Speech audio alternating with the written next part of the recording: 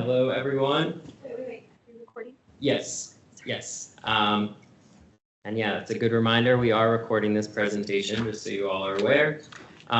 We will be talking, this is our second round of meetings. I believe all of you, at least most of you, were at the first round, which we had back in March for these three lakes. So we'll be giving you some updates on this project, the systems approach to watershed and lake management.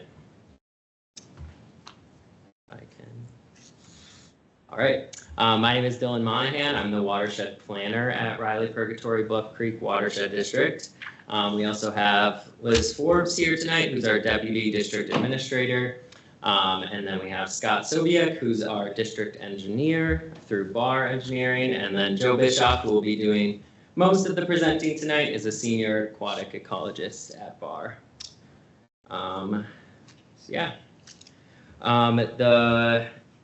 What we mean when we're talking about a systems approach, again, I believe all of you were there at the first meeting, but just to provide some context for what this project is, we're looking at beyond just the lake ecology, we're looking at the entire watershed as a whole. So this picture here shows the Mitchell Lake watershed highlighted in yellow, and tonight we'll be looking at the watersheds of Anne, Lucy, and Susan. It's been looking at a variety of different characteristics in these lake watersheds. We're balancing all of these different goals here in this graphic, so economic progress, sustainability, community vitality, and environmental quality. And then we're really just looking at the systems and we're layering them. We're talking about natural environments like the lake ecology itself, the plant life in the lakes, and the shoreland health. And then we're also looking at built environments like roadway systems and other human development in the watershed. And then how this fits as just kind of looking at the big picture, we're currently working on our 10-year plan update. So as a watershed district, we are led by a 10-year plan that includes all of our projects and programs that we implement throughout a 10-year time period. We're currently working on our next plan, which will guide us through from 2028 through 2038. And as you can kind of see how this fits in as we're looking at the land and water resources and we're identifying various issues within our watershed, which will then help us identify the goals and strategies that we really want to focus on throughout the next 10-year plan.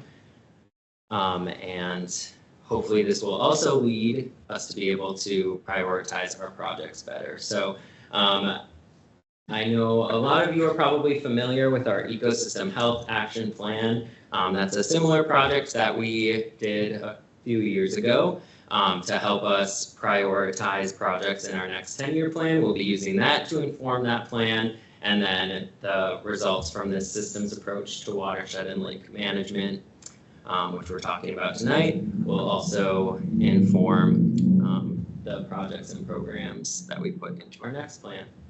So that's just kind of where it fits into what we're doing as a whole. I'll point out we have these comment forms on the tables in front of you. If you have any questions or just general comments of issues that you might see, things that you might want to see the district work on, feel free to fill those out. And then we have that gray box over on that table that you can put those in. But with that, I will hand this over to Joe to take over. Great. Thanks for coming out on a spring night, a beautiful spring night. So what we thought we would do is just go through where we are in terms of the assessment. We're going to focus a lot on the watershed, how we connect the watershed to the lake system, and then what the restoration approach is going to be. What are some of the projects and programs that we're talking about? So when we think about the watershed features, we can kind of break it apart into those primary features. You have the lake system, but you also have a lot of plumbed in wetlands and ponds, and they're connected all in your stormwater system, and that drains down to the lake system. Then you have the uplands that drive a lot of that runoff too, and then streams and floodplains. And we're not going to talk a lot about streams and floodplains. This is really focused on the lake systems themselves. And then we think about functions. What are the important functions within a watershed? Well, nutrient cycling is one. We talk a lot about phosphorus. We're going to talk a little bit about nitrogen today, just to give you a sense of what we're thinking, why nitrogen might be important and what we might do about it. And then flood storage, we'll layer in biodiversity. Really, it's wetland restoration at this point because we're thinking about how wetlands and connected systems might have some diversity in them. And then also trying to keep in mind those recreational uses that we know people want to do on their lakes. We want to enjoy our lakes and systems. So when we think about what's the primary stressor that's occurring in a lake and watershed, impervious surface is a really big one. We're getting a lot of extra runoff from that impervious surface. That results in excess nutrients, nitrogen and phosphorus both. It also results in some toxic contaminants, which would be chloride, right? We use road salt. That road salt runs off into our lakes and streams. So we'll talk a little bit about that. And then a little bit about the unnatural hydrology and flooding, because we've connected this all with conveyance system, either in pipes or in ditches or however that might be. So just to give you a little bit of background, we wanted to first start looking at the hydrology of the systems to try to understand how it's working. I don't have a pointer, but if you look here, there's a groundwater study that was done in 2017 that looked at how these lakes are functioning. Are they connected to the groundwater? Are they disconnected? And how does that function that goes in there? And so we're talking about Ann and Lucy, which are up here, and this drains in the stream down into Susan in those systems. And they were categorized into these number of different categories. But Ann and Lucy were considered perched lakes. What does that mean? That means they're perched above the groundwater table, and any water that comes in there is going to flow out into the groundwater. But the groundwater is not coming up high enough in elevation to intersect that lake system. That means that groundwater interaction in these two lakes is very small. So if we think about like chloride moving into the groundwater and moving into this lake itself, it's not really intersecting with that groundwater concentrations to hold that up because it's constantly discharging. So it's going to be driven mostly by surface runoff. Susan is what we would call a recharge lake. And groundwater recharge means water flowing from the lake into the groundwater, but it also can intersect with the groundwater table. Okay, so that means that it's not perched above it, which is like 25 feet distance between the lake bottom and where the groundwater table is. Now it's sitting in the groundwater table, but sometimes it gets mounded. And so it's actually discharging to that. And that was really important because we wanted to ask the question, is groundwater a problem for some of these lakes? And especially when we get to Lake Susan and we see high chloride concentrations, we want to know, is this runoff from the surface or is it from groundwater? And what we found is that groundwater is really not super important in these lakes, just the way that they're positioned. Although Susan's a little more vulnerable to changes in groundwater. The other thing we wanted to look at is flood storage. So this is your 100-year flood elevation, meaning these are the areas in red is where the water is going to store on the watershed during a 100-year event, a large event. And then any of the yellow buildings that you see, those are structures that are at risk for flooding during that condition. And it's pretty good shape, right? There's not a lot of structures at risk of flooding. They've done a lot of great work, the district has, and the city, to prevent that flooding. And so we can keep this as context. That's great, Jill. Yeah, thanks. We can keep this as context when we're thinking about flood storage. Great. So if we think about like Lake Lucy, you see a lot of this floodplain and undeveloped area is important for storing water to prevent flooding to these surrounding buildings. And then this wetland complex that goes off to the lake there is important for flood storage. And then in Lake Susan, you have the wetlands that are storing it. And when you get into some of these more developed areas, we can look at those ponds or wetlands that are storing that water. So this is good context. When we think about multiple functions of any of these systems, we think about wetland restoration, we want to get water quality benefits, we want to get flood control benefits. We'd like to get some biodiversity and some other habitat benefits if we can, but we have to think about all of these functions when we're going through that. So just in summary, we know that Ann and Lucy are perched, and Lake Susan is what we would call a recharge lake, and it sits down in this kind of area. So groundwater is really not critical for any of these systems, okay? So let's talk about eutrophication. This is one of the primary stressors we talk about all the time. So you've probably seen this slide a million times, but when we think about eutrophication, we think about too much phosphorus. Why do we think about too much phosphorus? You increase phosphorus, you increase algal productivity, and you start to cloud up the water with all these algal blooms that go in there. And we use these terms like allogatrophic, mesotrophic. That's just a measure of how productive the lake is and how much algae you're growing. And along this scale, when you're in this 25 to the 30 to 40 is where you want to be for a lot of these lakes in this kind of range, which is kind of on that edge of eutrophic and mesotrophic conditions. Okay, so what I want you to take away from this though is phosphorus is a limiting nutrient growing algae. We're going to focus a lot on phosphorus. But we also know that nitrogen can also limit or affect algal growth. The problem with nitrogen is there's a lot of different forms that you can measure, and it's a much more complex cycle. So in wetlands, you can get denitrification where you actually gas off the nitrogen from the wetland system. So whereas phosphorus is conservative, I can do a mass balance and track where it's going throughout your system. Nitrogen is hard because there's this gas off, and I can't measure that or predict what that's going to be, and so it becomes a harder cycle. The other thing I wanted to point out without going too much into this scale is that ammonium and nitrate are really what's going to drive your algal bloom. So if we have a lot of ammonium and nitrate in our system, those are going to drive a lot of those algae blooms. But what we measure most commonly, because it's inexpensive and easy, is total Kjeldahl nitrogen. And that's a mix of ammonium and your organic nitrogen, which is here. So a lot of the data that we had when we did this study was total Kjeldahl nitrogen, and I don't know how much of that total is ammonium and how much is organic. So we had to kind of use literature values and some other data to try to split that up, to try to figure out how that might be, okay, or how that might be affecting the lakes in that. And then you can look at your total nitrogen, which just adds all those up. And then we can look at how does that affect lake algae bloom. So we know if we have a lot of dissolved organic nitrogen, certain species like microcystis do really well in those environments. And microcystis is a toxin producer, so something we want to think about. We also know that nitrate's very mobile in the environment. And so this one's what you're putting on your lawn. If you're fertilizing your lawn, you're putting nitrate on the lawn, but that moves through the soils and into surface waters. Okay.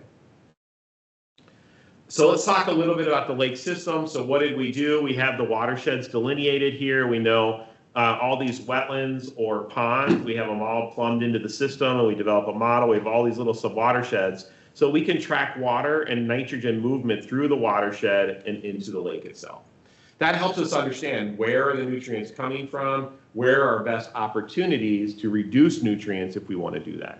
So we put those together, and then we put it into understanding the lake itself. So we know these are fairly small. Lucy's a shallow lake, and Ann's a deep lake, stratified, and we know how much plant growth we should have in the littoral area. That's the area where you would expect light to penetrate to the bottom and grow plants. And so we can look at that, and we know what invasive species are in there and what we're dealing with. So we started to compile this information to understand how those conditions would be. One of the first things that we recognize is that Lucy and Ann operate very much together. They're very much connected and operate as a singular system. And Lucy has a lot of impact on Ann, but Susan's kind of its own independent lake. And it's just the way that it's plumbed. Here's Lake Ann, and it comes down through the creek and eventually discharges into Lake Susan. But Lake Susan has this big suburban area of the watershed and then this big developed part of the watershed. So there's lots of parking lots and rooftops and impervious surface in this area that's affecting Lake Susan. Okay, so they're going to be very different systems. So I'm going to talk a lot about Lucy and Ann together and then talk about Susan somewhat separately.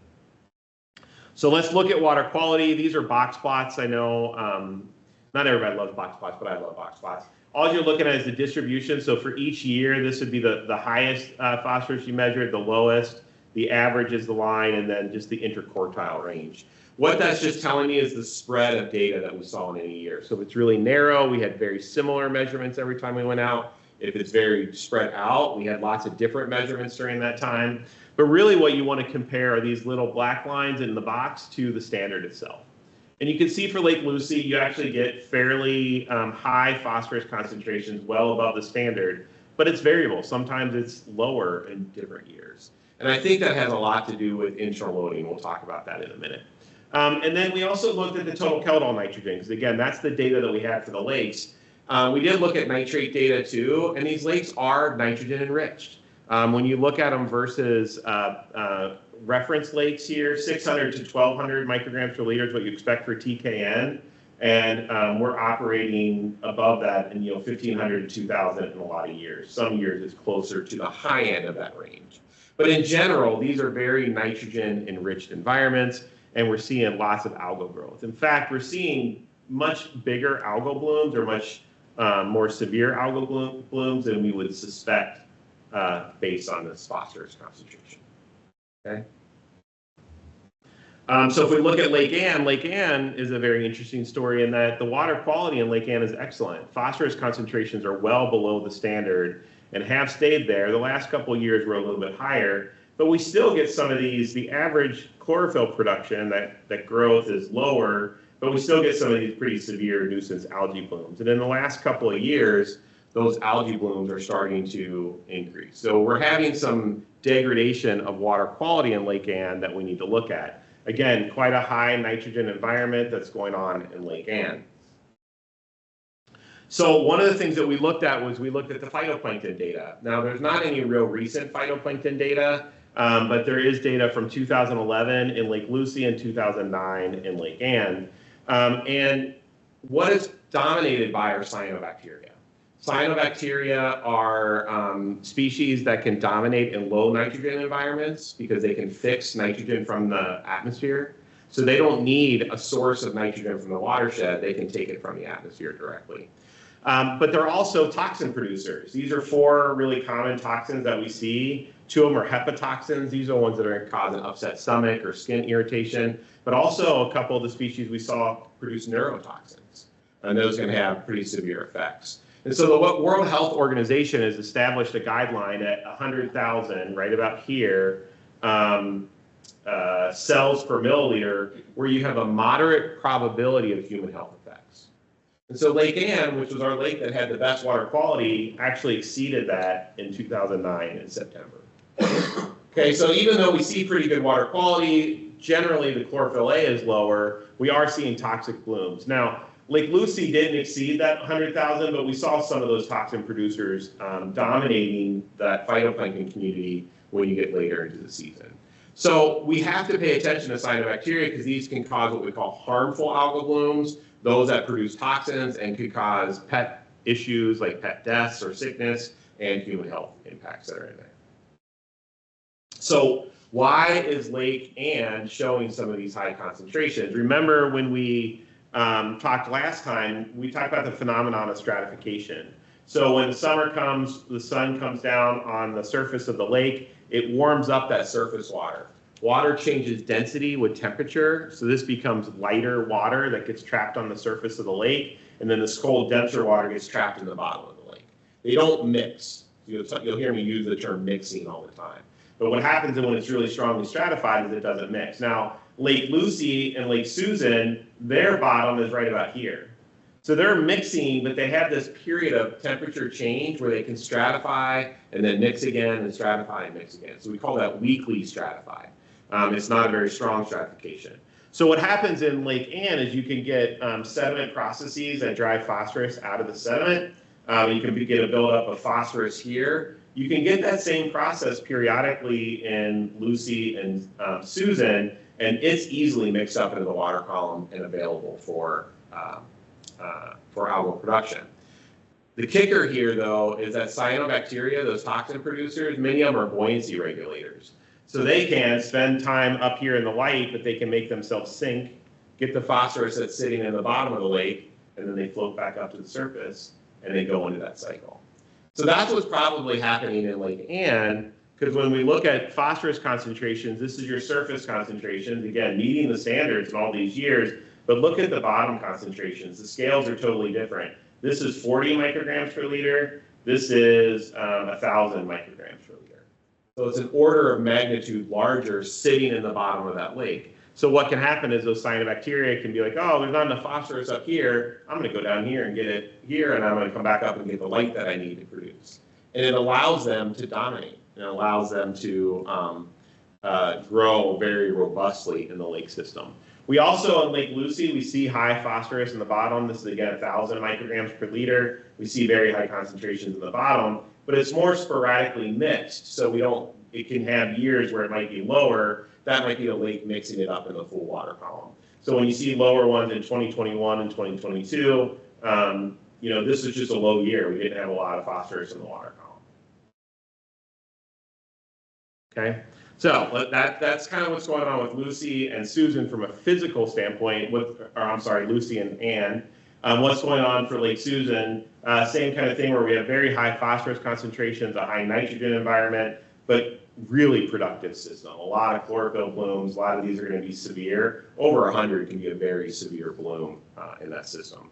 So this one's very problematic in terms of water quality. Phosphorus concentrations are high, although since about 2018, they've been a lot lower or significantly lower. And that's due to some projects that have been done in the watershed, we think. There's been a lot of work done in the watershed to try to lower those concentrations, but bottom phosphorus concentrations can get pretty high here too.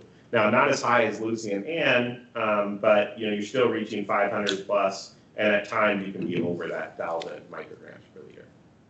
Okay, so Susan is different and it has a lot of watershed runoff, it looks like, and it has a lot of internal loading. So there's a couple different sources there. So again, Susan's the one that's shown the most. We have recent data here in late September of 2024. We saw a very severe cyanobacteria bloom. We were over 500,000 cells per milliliter. That 100,000 is our benchmark that we want to kind of stay under. And that was dominated by Planktothrix. Planktothrix is a neurotoxin creator. Now, we don't know if we had neurotoxins created. You can see these blooms, and unless you measure the toxins, sometimes they're toxic, sometimes they're not. And we don't really know how to predict that. But very productive with the algae that we don't want. So when we started to figure out, using our model to figure out what are the reductions we need, what we said was, first of all, we want to meet the state water quality standards. But if you look at Lake Ann's already meeting the state water quality standards, but still had a potential for some toxic cyanobacteria blooms. So in that case, we said, okay, let's also provide a second goal, which is to minimize those cyanobacteria blooms below those World Health Organization thresholds throughout the growing season. Okay, so we wanted to look at both of those when we did the modeling exercise. So we put together a watershed model and we estimated loading of phosphorus from all these different sub-watersheds. You can see the numbers in here. And you can see that some watersheds, like 40 pounds per year, 39, are much larger than some of these, like 0.2, 2.6. So we can start to look at where's the phosphorus coming from, how do we start to manage that phosphorus to improve it.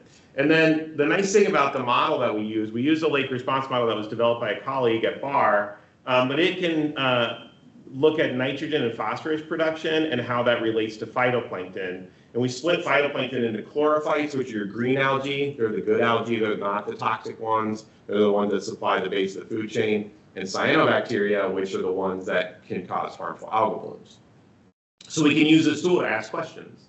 What role does nitrogen play in driving cyanobacteria blooms? What reductions might we need to meet the water quality standards?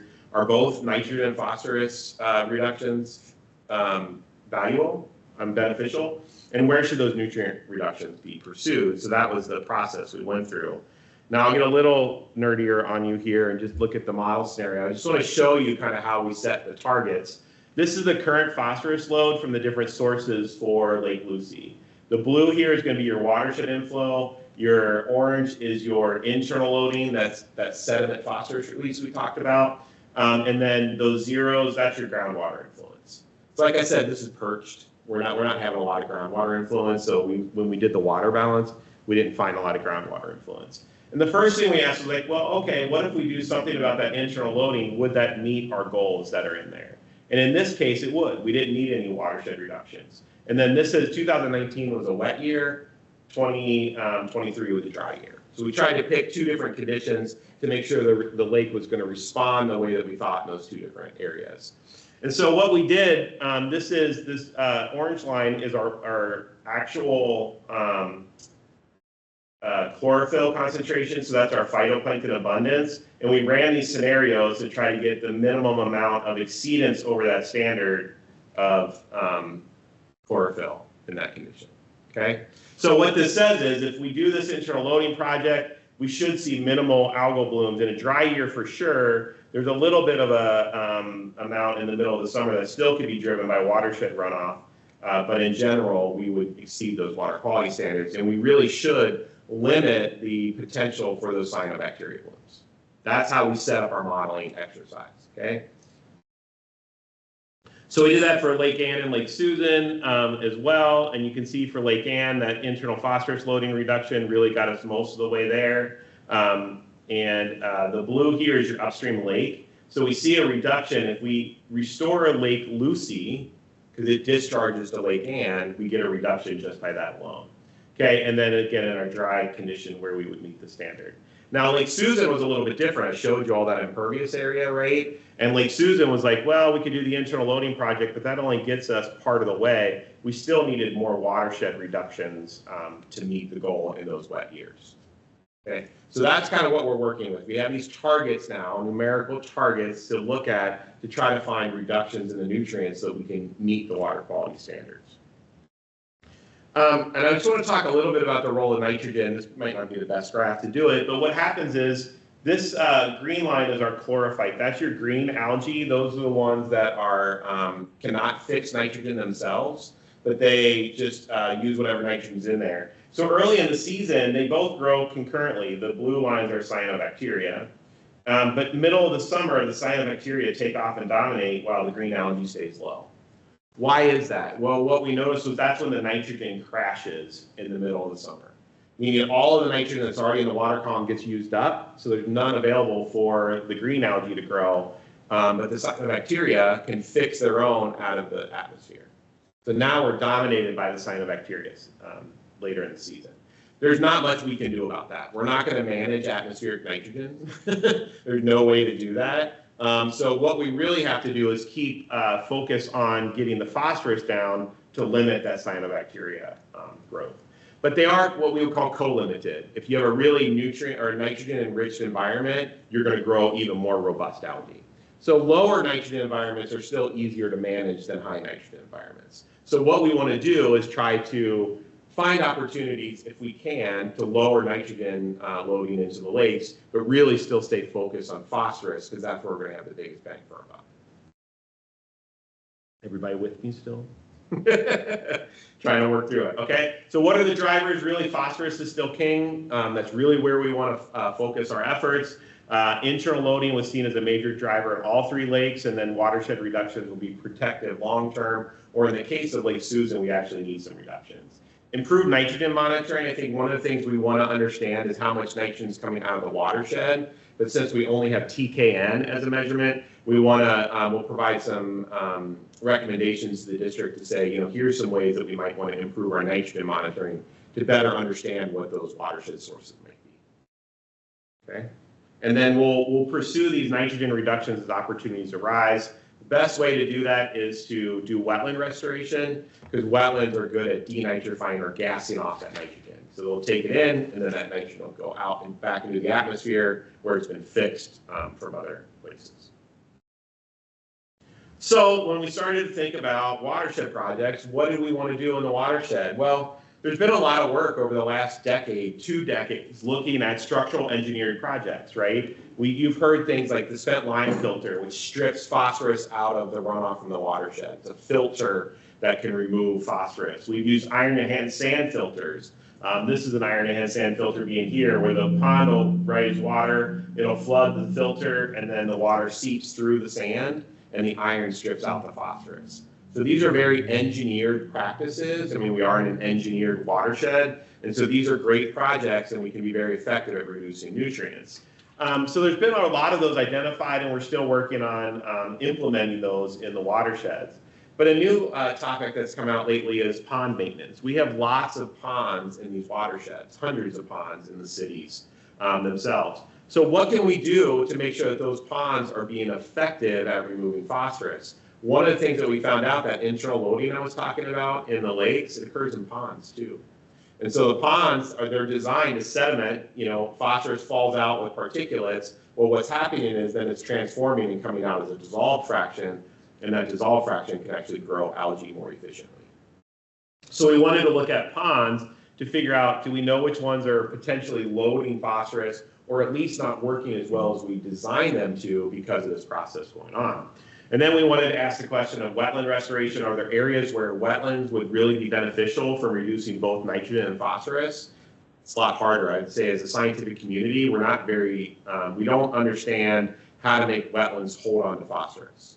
We don't have a great technique, restoration technique for that. So that's a challenge that we're learning on. And that's these other not what I would call non-structural BMPs. So this is street sweeping, education and outreach, individual practices, shoreline restoration, those things that aren't necessarily structures designed for that, but that benefit the system. So we have our maps here.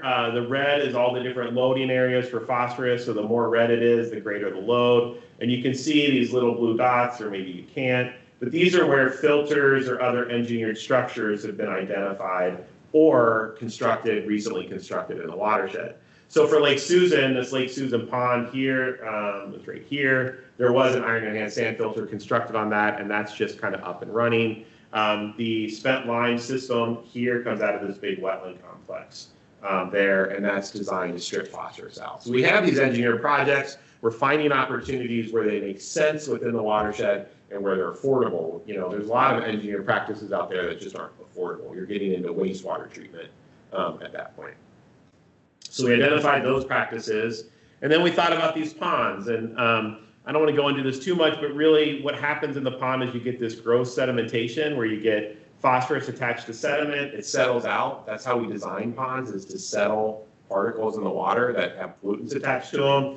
But what's happening is you're getting flux back out of that system. Okay, and so we wanted to do a pond screening. Back in 2021, we did a watershed assessment for the watershed district, and we measured these release rates at 9 ponds. And we found that all these ponds had high anoxia, which is low oxygen conditions that will cause that phosphorus to release out of the sediment, and they had high loading rates. And so those ponds could deliver potentially a lot of phosphorus downstream, undoing the good that we designed them for. So we did a little screening process where we said, okay, let's apply those average release rates and anoxic factors across all the ponds greater than an acre and less than greater than 3 feet in depth, and figure out which ponds might be identified. And we came up with a list, and this list doesn't mean a lot to you, but what I want to point out is the potential load out of some of these ponds. Look at these two here, 68 and 28 pounds of phosphorus could be coming out of those ponds. That's a lot of phosphorus. When I showed you some of those watershed loads, we're only on the same order of magnitude. Yeah? Joe, can you show us where those ponds are? No, I don't have it mapped out right now. Okay. Okay, but yes, we can. And part of it is we're still screening through which ones are wetlands and ponds. I'll show you that in a minute. I think I'll show you that in a minute on this one. But yes, we're going to map those out. We'll have those done. But I don't want to point fingers at anybody yet either. That's part of the thing, is we'll know where all those are, right? Okay. So we do those. We have these mapped out into the system, and we know where those are. And then we can do things like alum treatment. If you've heard us talk about alum treatments, this is where we apply aluminum sulfate. We do this in lakes a lot. It forms this white solid that goes into the lake. Here's a streak here of an alum treatment on Centerville Lake. And this solid flock will settle down into the sediments, and it'll bind that phosphorus and not allow it to release. We've been very effective with this in lakes, but we're learning how to do this in stormwater ponds. And in fact, we've done it in several stormwater ponds in Egan, and it's been very effective, lasting 7 years. I think we're 7 years out from the treatment and still not a lot of release. Okay, so there are things we can do to stop the loading potentially in this pond. Is that alum temporary, or is that a permanent? Well, it's temporary in that it'll get buried. We designed a stormwater pond to capture sediment, right? So as we inactivate the superficial sediment here, over time, you're going to bury it. So you'll have to do it every so often. We were thinking every 5 years for the ponds in Egan, but we're 7 years out and we still don't see any release. And a lot of that will depend on the watershed area ratio to the pond size, right? Big watershed is going to deliver more sediment. And so we can do calculations to figure out how long we think that's going to last. What would your schedule be in terms of doing that treatment? But it's the easiest way to kind of take the phosphorus that was captured and keep it in those sediments. When you clean out those sediments, after a while, we're going to go in and You can. take it out. What do we do with that sediment once we put it? Aluminum is not one of the toxicity issues that you're concerned about when you look at sediment chemistry. So when you look at heavy metals, aluminum is not one that you're concerned about. So even when we do a characterization for MPCA disposal, aluminum doesn't get included in that. So you still can use a lot of these soils for reuse. So if you have an industrial site or you have a commercial site, in residential, there's characteristics you can reuse it. Sometimes it's contaminated enough, like it has PAHs or something else in it, that you have to landfill it at that point. Which is why it's almost easier to keep the sediment in the pond if you can and still make that pond efficient. And then the other thing that we're looking at, and we're still kind of stacking this on, are the wetland areas. So some of these wetlands, can we get wetlands to capture more phosphorus and help us in denitrification? So when we're thinking about wetland restoration for some of these, we're trying to stack as many services or functions, I should say, on top of that. Can we get flood control? We already know that this wetland is important for flood control. What water quality benefits could we get out of that on top of the flood control? And could we also have some biodiversity in there?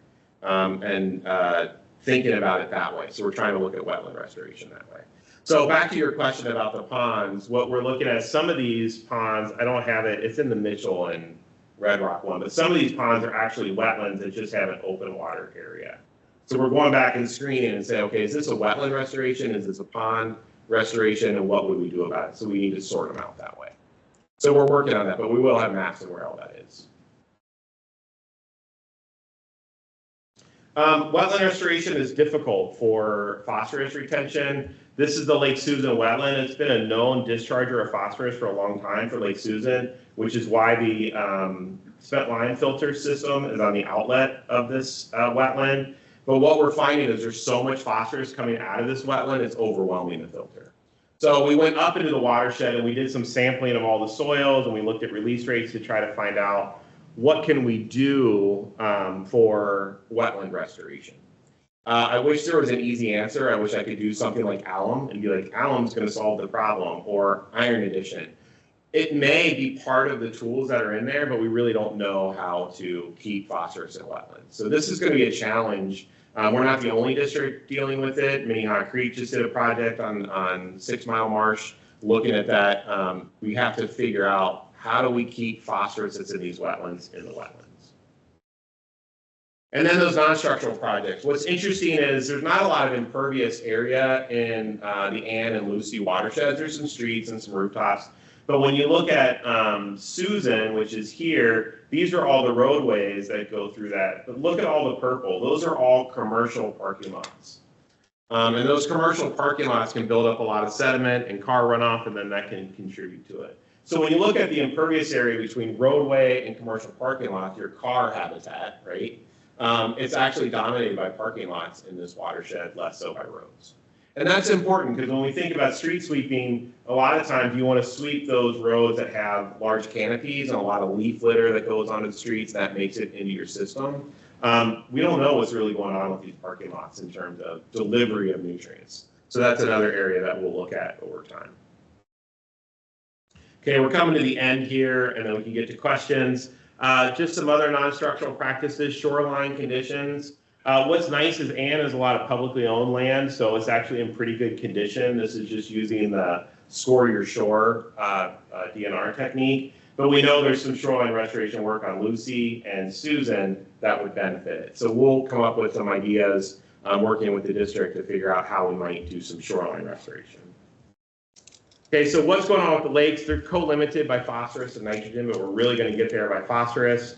I've talked through some of those projects, a few structural projects, which is really efficient ways to get at that phosphorus removal. But we're looking at that pond maintenance to minimize that sediment phosphorus release, wetland restoration, and street sweeping. And then all 3 lakes demonstrate a high internal phosphorus loading, so they're good candidates for alum treatments, which would be very beneficial to the lake system. Any questions on that? Yeah. Well, you mentioned the difficulty of removing phosphorus from wetlands versus ponds. Mm-hmm. Can you turn a wetland into a pond? Well, you're losing a lot of other functions when you do that. So the short answer is regulatorily, no, you can't do that. You can't just dig out a wetland and turn it into a pond. But just from a practical standpoint too, you know, those wetlands with all those cattails and vegetation diversity, that offers a lot of habitat for wildlife and songbirds and salamanders and all those things. So we want to balance all that. So what we'd really like to do is to figure out how to maintain that habitat or improve that habitat and biodiversity and get the water quality benefits with it as well. Right? Or there might be wetlands that are pure cattails, and we might say, you know, that's your heavy lifter for flood storage. And if we do anything to try to restore the vegetation, if that changes the water hydrology of that wetland, then we're losing flood storage. So we have to balance those functions in a lot of these systems too. So we're trying to identify those places where we can get the biggest bang for our buck.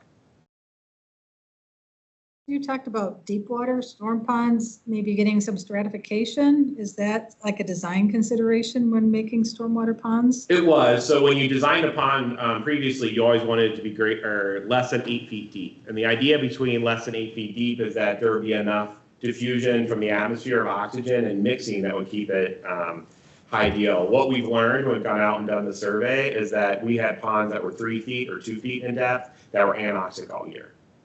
Right? There's something in the water, it's sediment oxygen demand and biochemical oxygen demand in the water column, right? That those are taking up all that oxygen in the system.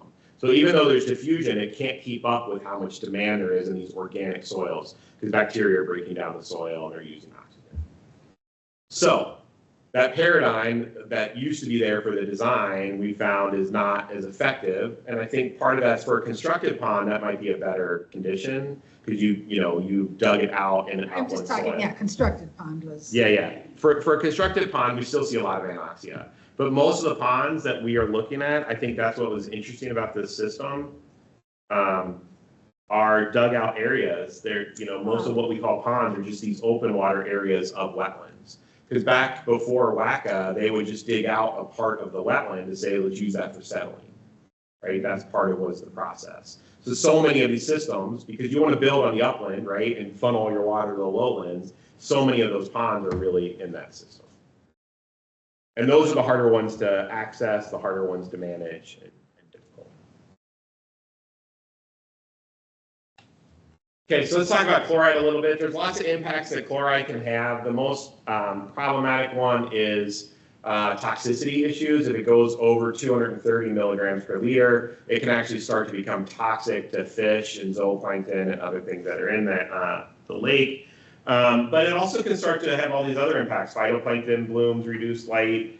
You start to get this dense, high chloride layer that sits on the bottom of the pond, and that can cause anoxia. And that anoxia will drive more phosphorus out of the sediments. So this is something to consider for ponds and for lakes in understanding how it might be affecting your system. So we looked at chloride concentrations, and for Lucy and Ann, they don't have a lot of roads in the watershed. Concentrations were well below those toxicity standards. But what I can tell you is if you look at reference lakes throughout the state for the north central hardwood forest, their chloride concentrations would be 4 to 10 milligrams per liter. And these lakes are operating at 50 milligrams per liter, 60 milligrams per liter. So even though we're not reaching anywhere near the toxicity standard, they are high chloride or chloride impacted lakes. And we don't know what those impacts are to things like zooplankton, aquatic plants, and some of those other things that are in there. And then Lake Susan, I showed you all that impervious area, it actually exceeded that standard of 230 milligrams per liter where you see toxic effects in that spring runoff period. So what happens is when you get that snow melt period and you have a lot of salt sitting on the road, you get these small melt events that are very high in concentration. Or you get medium-sized events that mix into the lake and drive that concentration up. So there's a critical period in the lake there where you actually can see high chloride concentrations that can affect the lake. And Lake Susan's already showing some of those impacts. So that's a concern for Lake Susan.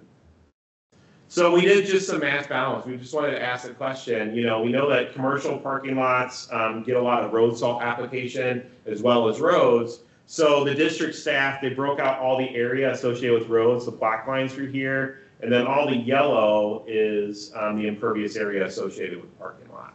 And if we look at our table, we see that in Susan, the impervious area is like 61 acres for parking lots and only 24 acres in roadways.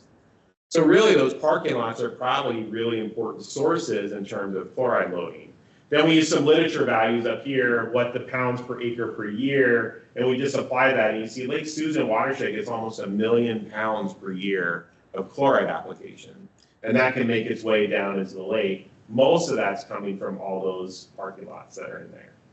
The good news is we're starting to figure out how to manage chloride on these parking lots with what they call low salt impact kind of practices, like where you store your snow pile, like training the applicators on how much you're using and doing all these practices. So this can be a really good focus area to help Lake Susan in reducing chloride use that's in there.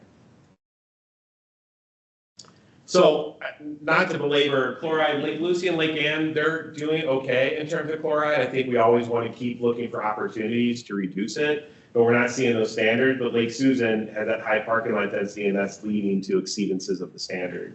And then I didn't show you all these red dots. There's not a lot of them in Ann and Susan, but these red dots here that are out there, those are ponds that have really high chloride loads to them. Okay.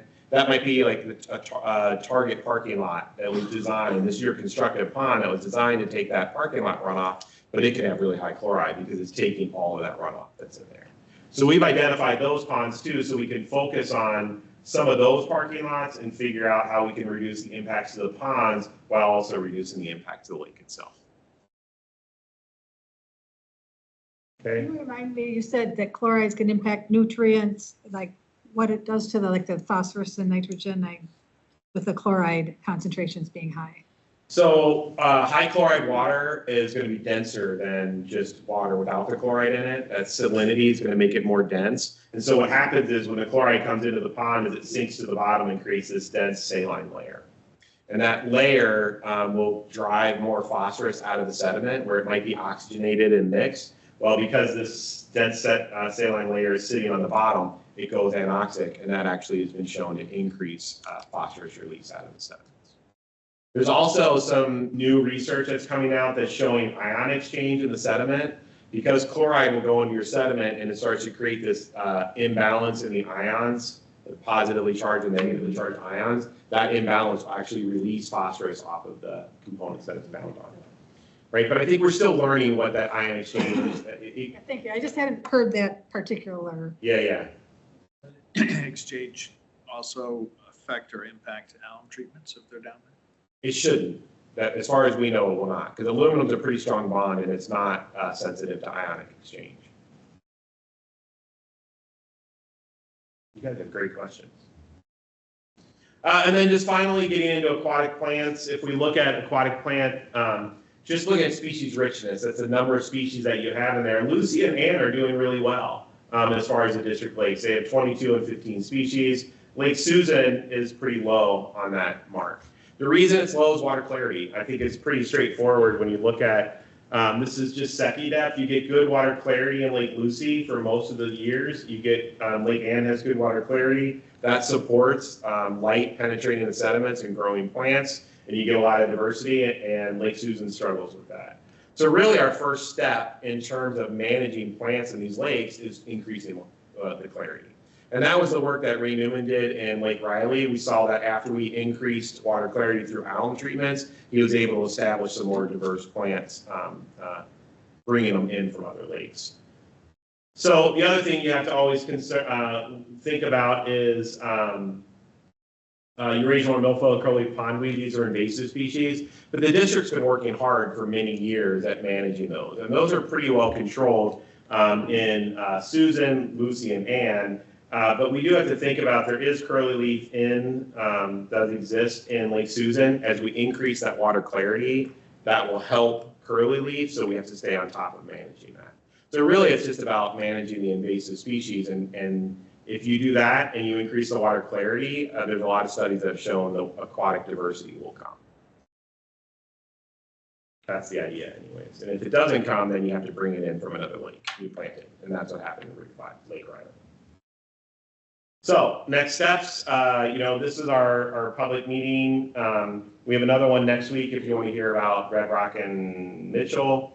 And we're furiously working through writing the plans right now and trying to get through all those projects. So we're coming up with a list of projects. Those projects can feed the 10-year plan. We'll have more projects that can be funded in a 10-year plan.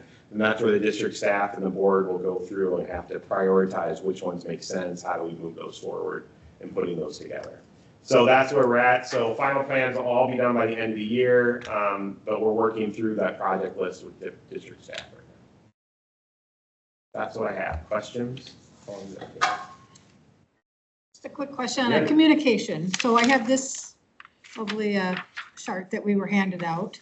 And two of them talk about maintenance of clean water, because I always hear from people like, we want the plants out, we don't want all these plants. So so I like that a couple of them say maintenance of clean water, so that they are directly impacting the clean water.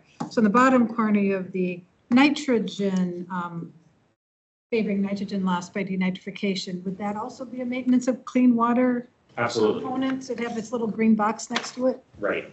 So you have the right? You have the balance I like of, the green boxes on there. No, Yeah. I just, as I'm talking to people, because that's something I hear that. Yeah, so you why do think we about want it. plants? Cyanobacteria are bringing it in through nitrogen fixation, but the bacteria and the plants themselves are promoting denitrification. So you're trying to get this balance of what's coming in and what's going out. So it definitely helps from that standpoint. Want to make sure I understood that correctly. Yeah. Other questions?